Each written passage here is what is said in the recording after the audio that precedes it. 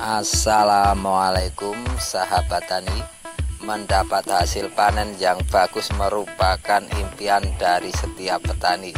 Setelah melalui banyak rintangan dan tantangan, akhirnya kita dapat sampai ke tahap ini. Tetapi jangan terlalu senang lebih dahulu, karena masih ada satu lagi tantangan yang harus dihadapi, yaitu masalah penjualan atau pemasaran.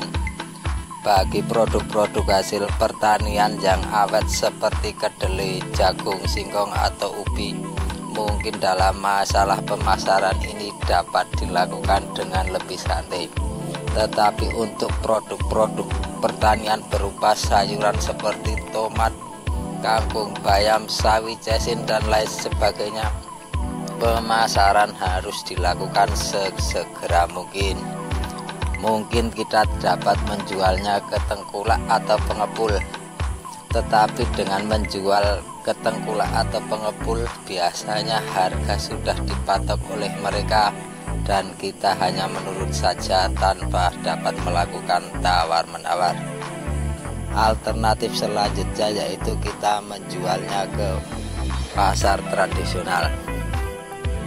Untuk menjual produk pertanian, utamanya sayuran, ke pasar tradisional ini banyak pula tantangan yang harus dihadapi.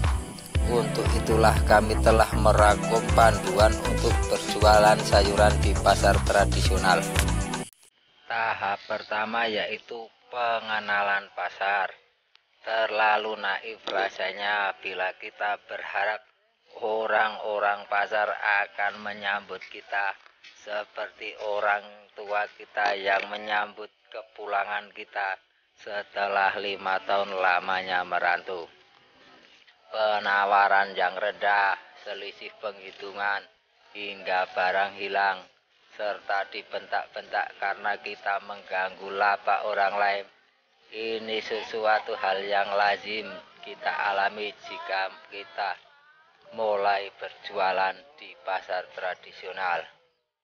Anggap itu biaya yang harus dikeluarkan ketika kita sekolah berjualan. Memang di dunia ini tidak ada yang gratis.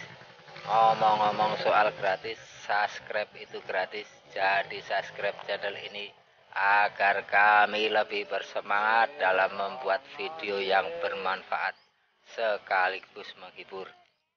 Kembali kepada topik. Meskipun orang-orang itu sangat menjengkelkan, tetapi nantinya kita akan bertemu dengan mereka sehari-harinya. Waspada perlu, dendam jangan. Tahap selanjutnya yaitu menentukan posisi Anda.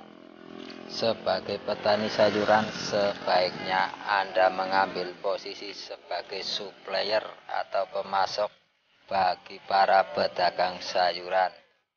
Jika Anda ingin hasil lebih dengan berdagang eceran, sebaiknya lakukan di pasar yang lain. Jangan di pasar yang sama dengan Anda memasok sayuran. Ini demi kelangsungan hidup para pedagang itu sendiri dan sehatnya persaingan. Tahap selanjutnya adalah bersosialisasi. Sedapat mungkin lakukan komunikasi dengan pedagang lain meskipun itu bukan pedagang sayuran. Cara yang termudah adalah dengan membeli barang dagangan mereka. Mungkin biasanya Anda membeli di kios atau di toko. Cobalah beli barang dagangan di pasar. Biasanya relatif sama harganya. Dengan membeli barang dagangan mereka, mereka merasa diuntungkan dengan kehadiran Anda di pasar itu. Tahap selanjutnya yaitu toleransi. Di pasar tradisional, terutama di Pulau Jawa, masih banyak sekali pedagang-pedagang yang sudah lanjut usia. Untuk mereka ini, Anda jangan terlalu saklek dalam menentukan harga. Anggap saja ini sebagai penghargaan untuk mereka yang telah melestarikan dan menjaga pasar tempat Anda berjualan bertahan sampai saat ini.